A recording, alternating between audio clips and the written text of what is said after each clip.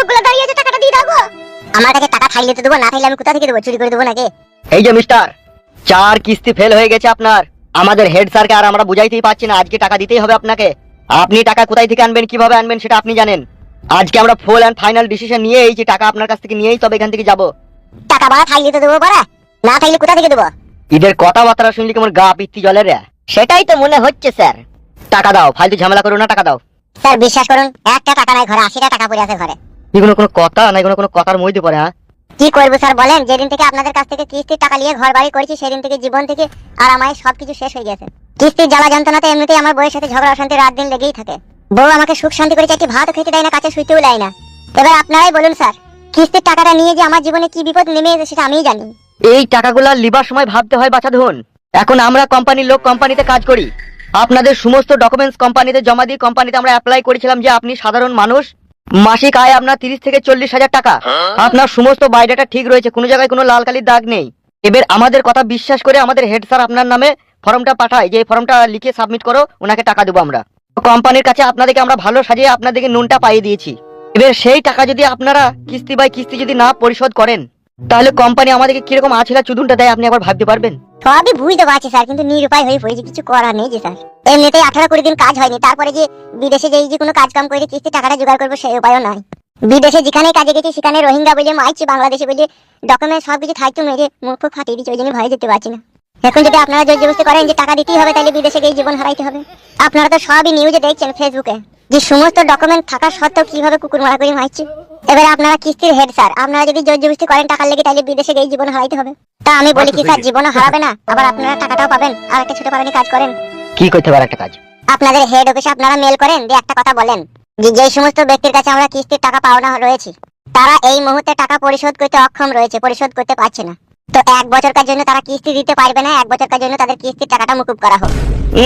কি আমার মামার বাড়ির রসগোল্লারে টপাটা মুখে ভরে পচপচ করে চিবি দিলাম আর 2 দিকে রস গড়িয়ে পড়ে গেল। এগুলা বিদেশি কোম্পানি, এগুলা ইন্ডিয়ার কোম্পানি নয় যে কথা শুনবে। ওরা এক ধরনের জালিম, ওদের নিজস্ব কোনো টাকা পয়সা নেই। তোমার আমার টাকা নিয়েই ওরা ব্যবসা করছে। তা তুমি যেটা বলতে চাইছো এই কথা তারা কখনোই কোনোদিনও শুনবে না। তাদের একটাই কথা, হয় টাকা দাও, আর না হলে তারা ছাড়বে না। মানুষের দুঃখ কষ্ট মজবুরিটাও বুঝবে না, যে কেন আমরা টাকা দিতে পারছি না, কি কারণে দিতে পারছি না সেটাও বুঝবে না। আরে বাবা না, তারা এসব বুঝার জন্য ব্যবসা করতে বসেনি, তারা নিজের লাভের জন্য, নিজের স্বার্থের জন্য ব্যবসা করতে বসেছে। তারা কেন এই সমস্ত তোমার দুঃখের কথা তারা বুঝতে যাবে, আর তাদের বুঝারই বা কি প্রয়োজন রয়েছে? তাইলে আর কি করবো, আপনারা যা ভালো বুঝবেন তাই করেন, কিন্তু আমার কাছে এখন টাকা নেই। তোর কথাবার্তা শুনলে তো মনে হচ্ছে মানে চাকরি থাকবে না রে আমাদের।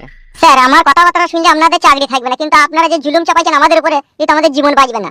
তা গান মারাইতে এই সমস্ত কোম্পানিকে ইন্ডিয়াতে জায়গা দেওয়াই বা কি দরকার ছিল? বলা যে কোম্পানি মানুষের দুঃখ কষ্ট বুঝবে না, মানুষের হাকিকত হালাত বুঝবে না।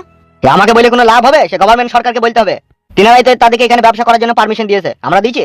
তাহলে সরকার যখন পারমিশন দিয়েছে, সরকারকে আপনারা বলুন সেই ব্যবসাদারকে বলতে, যখন যারা কিস্তি লিখে তারা টাকা পয়সা পরিশোধ করতে পারছে না, 1 বছরের জন্য টাকা মুকুব করা হোক। এ ফাদা, তোর এই ভুয়ো ডায়লগ শুনতে আসিনি, টাকা দে। ওই আমার কিস্তির স্যার বলি গো মনের দুঃখেরই কথা, গরিব অসহায় মানুষ ছিলাম বলে টাকা পয়সা নিয়ে ঘর বাড়ি করেছি। এখন রাজ্যের যে অবস্থা, যেতে পারছি না খুব বিদেশে টাকা পয়সা কামাতে। বিদেশে গেলে বলছে গো আমরা নাকি রোহিঙ্গা জালিয়াতি করে এসেছি বাংলাদেশ থেকে। আসলে আমরা ইন্ডিয়ার নাগরিক, তাদেরকে বুঝাইতে আমরা পাচ্ছি না গো, তারা কি মার মারছে গো। এই জালিমদের চাপ আবার তোমাদের চাপ গো, এই দুটো চাপে গরিব অসহায় মানুষ জ্বালা যন্ত্রণায় মরছে গো। গরিব আমাদের জীবনের জন্য কাল হয়ে দাঁড়িয়েছে গো কিস্তির স্যার। এ বড়া, তোর কথা শুনে বড়া আমার কান মান ঝালা পালা ধরে গেছি রে ভাই, টাকা দে রে বড়া। বিশ্বাস করুন স্যার, ঘরে 80 টাকার বেশি একটা টাকা নেই। এখন কি করবো বলেন, না থাকলে এখন কি করবো আমি? বে তুই শালা মর গাবে, তুই শালা মরলে এত জ্বালা যন্ত্রণা আমাদের আর সহ্য করতে হবে না। খুব সহজেই ফর্মটাকে লিখে সাবমিট করে দেবো। ফুচু সুসাইড করেছে। ইরে বাবারে, এত বড় জালিমের মতো অত্যাচার। অত্যাচারের কি দেখেছিস কি? টাকা দে। জানি না নাকি পাপ যেমন বাপকে ছাড়ে না, ঋণ তেমন কাউকে ছাড়ে না। ও স্যার, আমি কি ভাড়া দেবো না বলেছি নাকি? আমি তো দেবো বলছি, একটু সময় চাইছি গো। তোর তো সপ্তাহে সপ্তাহে ডেট আছে টাকা দিবার, তুই তো আবার সময়ের কি সাথে বার? সময় তো পেয়েছিস 7 দিন করে টাইম। এই 7 দিনের মধ্যে তোকে টাকা জোগাড় করতে হবে। এই 7 দিনের মধ্যে তুই বাড়ি বেচবি না, জমি বেচবি না, জায়গা বেচবি না, ব্লাড বেচবি না, চোখ বেচবি না, কিডনি বেচবি না, মাথা চুল বেচবি, সেটা তুই জানিস। তুই যেমন করে টাকা জোগাড় করতেই হবে। মানে দিতেই হবে যেমন করে, কিছু করার নেই, তাই তো? ইয়েস। বেশ ঠিক আছে স্যার, আপনারা যখন ছাড়বেনই না, টাইমে দেবেন না। আপনাদের টাকা নিয়ে বাড়ি ঘর করেছিলাম, তো ওই বাড়ি ঘর আবার আমরা বিক্রি করে দিচ্ছি। যা টাকা পয়সা নিয়েছিলাম সমস্ত টাকা সামনে সোমবারে গিয়ে অফিসে দিয়ে পরিশোধ করে দেবো। ওটাই ভালো হবে, আর ওটাই মানুষের মতো কাজ হবে। নেক্সট বার যেন এখানে না আসতে হয়, সোজা সোজা আপনাকে অফিসে যেন দেখতে পাই। বেশ বেশ ঠিক আছে বাবা, যান অফিসে দেখতে পাবেন, যান টাকা সব একবার শোধ করে দেবো, যান। খুব ভালো কথা, চলে চো। হ্যাঁ আসুন স্যার। তুমি সত্যি সত্যি বাড়িঘরটা বেচে দিবে? তা কি করবো, বাড়িঘর বেচা ছাড়া তার কোনো উপায় নাই। কোনো দিকে কোনো আধার নাই, কোনো দিকে কোনো টাকা জোগাড় করতে পারবে না। টাকা জোগাড় করাতে একটাই রাস্তা, হয় ফাইন্যান্সারে টাকা নিতে হবে, নাহলে কিস্তি টাকা নিতে হবে। আবার তো তাহলে সেই একই বিপদে ঘুরি ফিরি পড়বো। শোনা বউগো, এই যে এই বিপদে পড়ার সম্পূর্ণ দায়ী আর কারণ তুমি। কেন আমি আবার কি করে দায়ী কারণ হলাম? শোনা বউগো, মেয়ে ছেলে তো সবসময় তোমাদের জ্ঞান বুদ্ধি হটুর নিচেতে থাকে। যদি জ্ঞান বুদ্ধি তোমাদের মাথার উপরে থাকতো না, তাহলে আজকে এই বিপদে পড়তে হতো না। তুই আবার কি কথা করবে না? আমার আবার কিসে দই দিছু আবার? হলো মাংমারানি হুচুক দুমাচুদি মাগি। তাহলে শোন, যখন আমি আমার বাবার বাড়িতে ছিলাম তুই আর আমি, তখন সামান্য পরিমাণে দু একটা কথা যদি আমার মায়ের কথা যদি মেনে নিলি, সেই বাড়িতে থাকতাম, তাহলে আজকে আর এই বিপদে কি পড়তাম? কোনোদিনই পড়তাম না। তুই আমার মা বাবার কথা শুনলি না, তাদের সাথে ঝামেলা অশান্তি ঝগড়া করলি, আমাদের জোর জবরদস্তি করে কিস্তি টাকা নিয়ে জায়গা কিনে ঘর বাড়ি করালি। আজকে বিপদে কারা পড়লো? তুই আর আমি পড়লাম। শুধু তোর বুদ্ধির কারণে এটা হলো। আজকে যদি মা বাবার কথা শুনে ওই বাড়িতে থাকতাম, তাহলে আজকে এই দুঃখ এই কষ্ট আমাদের জীবনে আসতো না। এখন বাড়ি ঘর বিক্রি করে দিয়ে সমস্ত টাকাটা ওদেরকে জমা দিয়ে দেবো, দিয়ে পথের ভিখারি হয়ে যাবো। আবার সেই মা বাবার পাতলাতে গিয়ে পড়তে হবে। শুধু তোর কারণে রে বউ, যদি একটু মায়ের কথা মেনে নিতি, তাহলে আর এরকম হতো না। ওই জন্যই বলে মেয়ে ছেলিল 12 হাত কাপড়েও ন্যাংটো। তোদের যে জ্ঞান বুদ্ধি কবে হবে লো? সেই আশায় আশায় দিনের পর দিন, বছরের পর বছর, মাসের পর মাস চলে যায়, তবু তোদের জ্ঞান বুদ্ধি হয় না লো। মাংমারানি ছাবলা গুদি। হলো টাকাই না, ঠিকই বললাম লোক। ঘরের ভিতরে যা, কোথায় জাঙ্গিয়া আন্ডারপ্যান্ট ভিসিয়ে আর আছে, সবকিছু ঢের মনের বস্তায় ভরে মুখ বেঁধে রাখা, যে মাথায় চাপিলি পথে পথে ঘুরবি। তুই তো কাপুরুষকে বিয়ে করেছিস, এখন তো মাথায় কই চাপিলি পথে পথে ঘুরতেই হবে। এই বাপ ভাতারি, তোর কবে বুদ্ধি হবে রে? এই সতীন, একটা কথা বলি ঘাড় ভেঙে দেবো কেন বা তোর মেয়ে। কেলা চুদি বেহুশ বে বুদ্ধি চুদি মাগি। কি না চুদা, ও খুব বুদ্ধিমান জি। মার খাবি লাইলো, তুই কই বয় নালি মারবো কিনা বাদ। মায়ের বিড়ি করে সস্তা তো, তোর গোষ্ঠী লাতার মারি দেবো। বল ঢেমুন, বল মাংমারানি মা বাবার কথা শুনবি, বল। বল মাংমারানি বাইলা চুদি মাগি, ঢেমনা চুদি মাগি, বল শান্তি।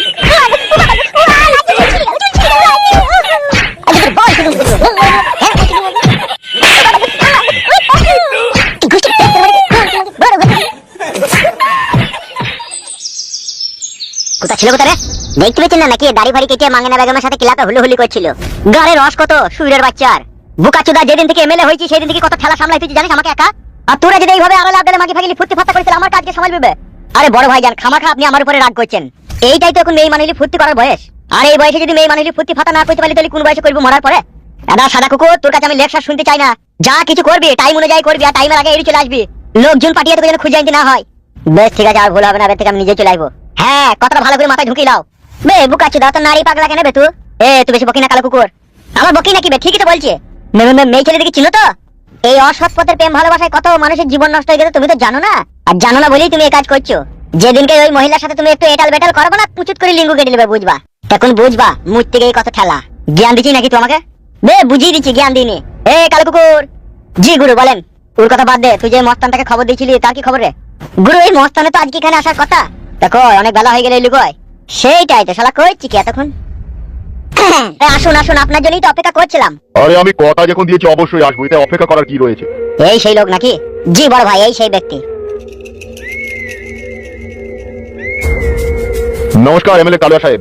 আপনার সঙ্গী সাথী কালকুকুর আমাকে খুব জরুরি তলব করে এখানে ডেকেছে, যাতে আমি আপনার উপকারে আসতে পারি, আপনার প্রবলেম সলভ করতে পারি। প্রবলেম তো চলছি, একটা প্রবলেম তো আমরা সলভ করতে পারছি না থানা পুলিশকে নিয়েও। তাই তোমার মতো লোককে টার্গেট করে খুঁজে এখানে নিয়ে আসা হয়েছে। কি করতে হবে বলুন? ওপেন রোডে কুপিয়ে খুন করতে হবে, না মুন্ডু কেটে নিয়ে রাস্তার মধ্যে ফুটবল খেলতে হবে, না ওই ব্যক্তিকে রাতের অন্ধকারে 24 হাত খাল করে মাটির নিচে পুঁতে দিতে হবে?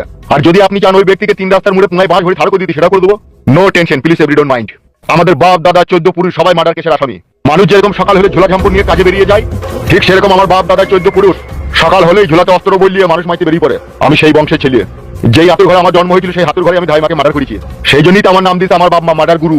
আপনার কথাবার্তা শুনে মনে হলো আপনি খুব দাপিয়ে বেড়ানো মস্তান। ইয়েস, আপনার যে সমস্যা রয়েছে সেই ব্যক্তিকে শুধু একবার দেখিয়ে দিবেন। আজকে রাতে ওর মুন্ডু কেটে রাতে ফুটবল খেলে সেই মুন্ডু আবার পানাপুতিতে ফেলে দেবো। তোমার কথাবার্তা শুনে মনে হচ্ছে তুমি খুব ছাতিওয়ালা পুরুষ। ইয়েস, এরকম কত মুন্ডু আবার রাত্রে কেটে বাড়িতে নিয়ে রেখেও দিই, সকাল হলেই তার বাড়িতে পার্সেল করে পাঠিয়ে দেবো বলে। তোমার কথা সবই বুঝলাম, মার্ডার। Murder two? যাই হোক, সরি, মার্ডার টু। ইয়েস, আমার নামই মার্ডার টু। হ্যাঁ, তো আমি যেটা বলছিলাম। জি বলেন এমএলএ সাহেব। মেন কথা হচ্ছে আমি যেই সিটে বসে রয়েছি এমএলএ সিটে, এটা খুব পাক পবিত্র সিট। আর আমি চাই না এই সিটে কোনো দাগ লাগুক। তাই কাজটা তোমাকে এমন ভাবে করতে হবে, রাতের অন্ধকারে একটা জোনাকি পোকাতেও যেন টের না পায় তুমি মার্ডার করেছো মরুভূমিকে। শুধু রাত 12টা বাইতে দেন। এই রাত 12টায় ওই মরুভূমি নাকি বলছেন তার জীবনের অন্তিম রাত আর শেষ রাত হবে। এই রাতেই সে তার জীবনের শেষ নিঃশ্বাস ত্যাগ করবে। তার বাঁচার কোনো সুযোগ কোনো সুবিধা নেই, এই রাতেই সে পৃথিবী ত্যাগ করবে। আপনি নিশ্চিন্তে চুপচাপ ঘরে আগে রাতে শুয়ে থাকবেন। আমি যখন এখান থেকে রাতে বেরোবো রাত 10টার সময় শুধু এক বোতল আমাকে রাম খই দিবেন, আর বাড়িটাকে দূর থেকে আপনার লোক দিয়ে শুধু দেখিয়ে দিবেন। বাস, আপনারও কাজ শেষ, আপনার লোকেরও কাজ শেষ, বাকি কাজ এই মার্ডার 2 এর। Okay, thank you so much Murder two, তুমি আমাকে বাঁচালে এই কথাগুলো বলে। তোমার কথাতে আমার পুরোপুরি বিশ্বাস হয়ে গেল যে তুমি মরুভূমিকে মার্ডার করে পৃথিবী থেকে সরিয়ে দিতে পারবে। 100 বার। সারা কুকুর কাল কুকুর, ইয়েস বস। মার্ডার টুকে আমার গেস্ট হাউসে নিয়ে যা, আর কিছুক্ষণ ও বিশ্রাম করুক, ওকে নিয়ে যা। ঠিক আছে বড় ভাই, যাও মার্ডার টু, ওদের সাথে যাও তুমি। চলো। হ্যাঁ, আসেন আসেন। মরুভূমি, তোর জীবনের শেষ রাত আজকের রাত।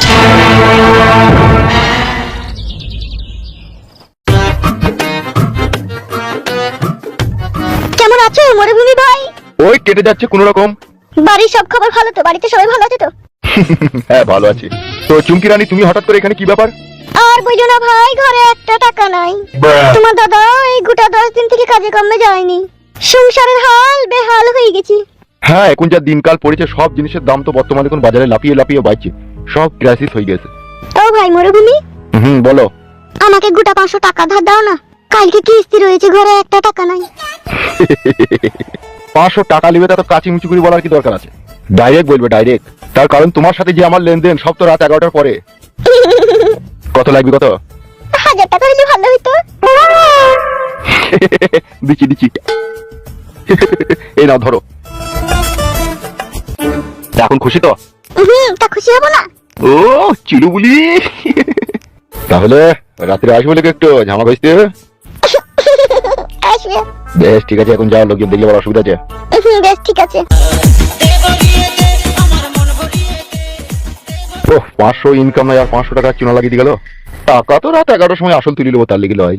পাড়ার বৌদিদের সাথে লাইন করা এই একটা ঝামেলা, সব সময় খালি পকেট ঝেড়ে দিয়ে যায়। বাল আমার না, বালে বৌদিদের সাথে লাইন মারা ছেড়ে দিতে হবে। ঈদের সাথে লাইন থাকলে খালি পকেট কেটে দিয়ে যাবে। বাল আমার। আরে গুরু, কি হলো রে, আর কপালি চুদা প্যাক প্যাক করছিস কেন? যা থাকে তা থাকুক সখী আমারও কপালে। আরে ও, আরে রেহাই না পাই তোমায় নিয়া হইব দেশান্তরি। সুরের বাঁশি রে, ফুলের কানে সুর দিও না, প্রাণ ভোমরা রে, গুনগুনাইয়া গান গাইও না। ই কি বে, সারা মাথায় মাইবুল হাতে কোন খেলি কি বে? ই কি রে বাড়ার হল, খেলি কি বে? মরুভূমি ভাই, শালাকে বদাম করে এক লাত মারবি, চিনিস তোমাকে? কি হলো কি বে? ই কি বে, ধুলি তো বললি কেন? কি করবো? তুমি আমার বড় ভাই, তুমি আমার গুরুজন, তা গুরুজনদের কাছে মাথা হ্যাট করে বসাটাই ভালো। এই নকরামো না করি কি হয়েছে বল? বলছি বড় ভাই, কিছু মনে করবো না তো? শালাকে বাঁ পায়ে করে ঝেড়ে এক লাত মারবো দেখ। লাত মারে না চটি মারেন, যা মারেন মারেন, আমার কোনো অসুবিধা নেই, কিন্তু আমার মনের কথা বলছি। ই কি রে, তা বলবে? এই গ্রামে একটা কি সুন্দর মেয়ে এসে, একবারে মনে হচ্ছে ফুরফুরুনি পাখি। তা আমি চাইছি বড় ভাই, ওই ফুরফুরুনি পাখিটাকে চপাত করে ধরে খাঁচায় ভরতে। কে মেয়েটা? কাদের বাড়ি এসে কাদের? ওই ফালতু ফালতু নাকি বলে, তার বাড়ি এসে, তার শালি হয়েছে। দিতু কি করবি কি মেয়েটাকে? বিয়ে করবো মনে করছি বড় ভাই। তুই তো আছিস আমার বাড়িতে, খেয়েছিস আমার বাড়িতে, দিদু বিয়ে করে তুই বউ থাকবি, তার বউকে কে খাবে? তোমার বাড়িতে যখন আছে, তুমি দায়িত্ব করে বিয়ে শাদী দিয়ে দেবো আমার, সেটা আমি খাওয়াবো আমার বউকে। মেয়েটার সাথে প্রেম ভালোবাসা করেছিস নাকি তো?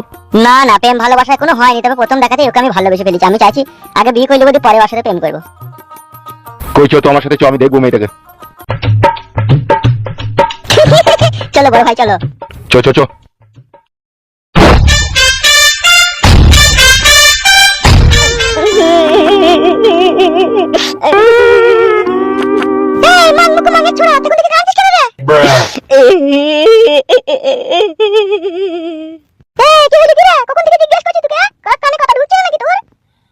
মামি, আচ্ছা মামি গো, যাইতে রে তোরা। কি হলো, কখন থেকে জিজ্ঞেস করছি, কি পিপি করিয়ে গেছে ঠাডা কুকুর বেটা, কি হলো কি বল রে? আমি একটা মেয়েকে পছন্দ করেছি, বিয়ে করব। কি কি বললি? একটা মেয়ে আমাদের গ্রামে বেড়াইতে এলো ফালতুর বাড়িতে, ওই মেয়েটাকে আমি বিয়ে করব। তুমি আর মামা দুজনে মিলে ওই মেয়েটার সাথে আমার বিয়ে দিয়ে দাও। ফিদা কুকুর বেটা, আমাকে কি বলছিস তুই? মামাকে বল বেটা। মামাকে আমার বলতে ভয় লাগছে, তুমি বলে দাও। এইটুকু বয়সে গুড পাগলা হয়ে গেলি মামি গো। बात तो सही है। ও মামি, তুমি বুঝতে পারছো না, আমি বিয়ে করবো না, লিন্ডা ওই মেয়েটাকে বিয়ে করে নেবে বলছে। লিন্ডা বিয়ে করুক আর ভাড়া বিয়ে করুক, যে বিয়ে করুক, তুই এইটুকু বয়সে বিয়ে করে দেবে তুই? কে বলছে এইটুকু বয়স? 23। তুই দেখো বেটা, মান তুই তোর বয়স। ও মামি, তোমরা বিয়ে দিবা না, আমি নিজে থেকে করবো বলো তো? করবে কাকা করবে বেটা, আমাকে কি বলছিস রে? তো তোমাকে বলবো না তো কাকে বলবো? তুমি আমার মামি হইছো, তুই বিয়ে করবি তো আমাকেই বলার কি দরকার? তুই নিজেই করলি না। তোমাদের সামনে কোনো কথা বলা লয়, তুই বড় হয়ে গেছিস, বুদ্ধি জ্ঞান হয়ে গেছে, তারপর বলারই বাকি দরকার আছে রে? নিজে নিজে বিয়ে শাদী করলি না, বাড়ি ঘর ছেড়ে পালা। তুই দেখো বেটা, আমার 1.5 মুরগি বয়স ছিল না, এখন থেকে বিয়ে করার লিগে হইলো হইলি বাবালু। এখন থেকে ফুটু নিশা হয়ে গেল, ফুটু চিনতে পেরে গেল। কি গো মামি তুমি আবার? আমি এরকমই রে। তোমাকে বলি কোনো লাভ হবে না, বুঝতেই পারছি, মামাকে বলতে হবে। তা যারে কথা বাল আমার মারবো মুখে স্যান্ডেল করে বাড়ি এখনই দেখবে। रुको जरा सबर करो। মাল মুখে কাদা করে বেটাটা বসে বসে খেচ্ছে আমার গায়ের পাকা মারাইছি। আসুক সে বাড়ি, তারপরে তোদের গাড়ি লাত মেরে তোদের বাড়ি থেকে খাবো।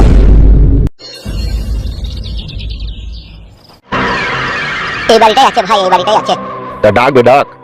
তুমি জ্ঞানমান মানুষ, তুমি ডাকো বড় ভাই, আমি ডাকলে হবে? ও ফেদা কপালি ছোড়া, খালি ব্যাকে ঠেলতে পারবো নাকি তুমি? কি রে? আমি সরি বড় ভাই। সুরের বাচ্চা। বলছি বাড়ি থেকে আছেন নাকি? কেউ থাকলে একবার বাইরে আসুন। কি ব্যাপার, কাকে চাই? পেছনে দাঁড়ি, পেছনে দাঁড়ি। মাথায় ঝুটি বেঁধে আছে ওইটা নাকি? কি হলো, কিছু বলবেন? বলছি তোমার কর্তা বাবু কোথায়, মানে তোমার স্বামী? কেন বলুন তো, কি হয়েছে? আপনার পেছনে যে মেয়েটি রয়েছে ও মেয়েটি কে? কেন, ওটা আমার ছোট বোন। বাহ, খুব সুন্দর দেখতে। ওর জন্য একটা বিয়ের প্রস্তাব নিয়ে এলাম। কি রে? আপনাকে তো ঠিক চিনতে পারলাম না, আর আপনি কে, কিসের জন্য আমার বোনের বিয়ের প্রস্তাব নিয়ে এলেন? দিদি, ওই যে নেড়াপাড়ানি ছেলেটা না, ওই আমার সাথে সেদিনকে অসভ্যতামি করেছিল। কি বলছি, অসভ্যতামি করেছিলি নাকি? কে বলছি কি অসভ্যতামি করেছিলাম? পছন্দ হইলে বলি তো সেদিনকে বললাম যে তোমাকে আমার পছন্দ, যেটাকে অসভ্যতামি বলে নাকি? এই ইউ রাস্কেল, তুমি ছিলে আর একটা ছেলে ছিল, কোন উল্টোপাল্টা কথা বলছিলে না তুমি আমাকে? যদি বলি তাকে তাহলে ভুল হয়ে গেছে, আর বলবো না। আরে বাবা জাগে ওসব কথা বাদ দাও, যেটা হবে হবে সেটা করো। এই ছোড়া এখন তোমাকে পছন্দ করেছে, বিয়ে করবে, এই হইল ব্যাপার। এবার এই বিষয়ে আমি তোমার স্বামীর সাথে পাকা কথা বলতে এসেছি, যেহেতু তার শালী। আমি তো এই ব্যাপারে এখন কিছু বলতে পারবো না, আপনি পরে আসুন, আমরা চিন্তা ভাবনা করব দিয়ে আপনাকে বলবো। ইটা আবার চিন্তা করার কি আছে? ও মদার এ মেদি, এই মদাত আর মেদিতে এক জায়গায় কুকাজ করবে বলে এদিকে একটা আড়ালের ব্যবস্থা করে দেবো, আবার কি? ইটা আবার চিন্তা ভাবনা করার কি আছে? ছি ছি ছি, কেমন নোংরা কথাবার্তা দেখেছিস দিদি? কোথায় নোংরা কথাবার্তা বললাম? যা বাস্তব যা সঠিক তাই বললাম। আপনি এখন বাড়ি যান, আমার স্বামী আসুক, তারপরে কথা আপনার সাথে বলবো। আপনি এখন যান। আবার আসবো, এখন একটু পাকা কথা দিয়ে দিলে ভালো হতো না? ঠিকই বলছো, এই ছোড়া একটু ঝুঁকঝিত করছে, তোমরা বিটা দিয়ে দাও। বলছি তো আমার স্বামী বাড়ি আসুক না, দিয়ে তারপর কথা বলবো আপনাদেরকে। আপনারা কালকে আসবেন, যান এখন। বেশ ঠিক আছে, তাহলে কালকে আসবো। বেশ, আসবেন, যান। ভাই কালকে আসতে হবে, একটু বলো কেন গো? কাঁদছিস কেন বেটা? বাড়ি শোন, আমি আছি তো। কালকে আসবো তাহলে। বেশ ঠিক আছে, তোমরা একটু চিন্তা ভাবনা করে বলবে। আমি ওকে ভালোবেসে ফেলেছি, ওকে বিয়ে করবো, তোমার বোনকে। বেশ ঠিক আছে, যান যান। এসব কোথা থেকে কি উটকো ঝামেলা এলো বলে দেখিনি? হ্যাঁ তাই না বটে তো দিদি, আমি কালকে বাড়ি চলে যাবো সকালে। চুপ চুপ, তোর দুলা ভাই আসুক, দাঁড়া। ওদের মুখ হাত দেখে মনে হচ্ছে গুন্ডা বদমাশ, তাই মনে হচ্ছে। এই সামনে যে লোকটা দাঁড়িয়ে ছিল না, এই একটু মস্তান টাইপের লোক। এখানে কোথায় কি হয়ে যাবে তার নাই ঠিক, আমি কাল সকালে বাড়ি চলে যাবো। বেশ, দুলা ভাই আসুক।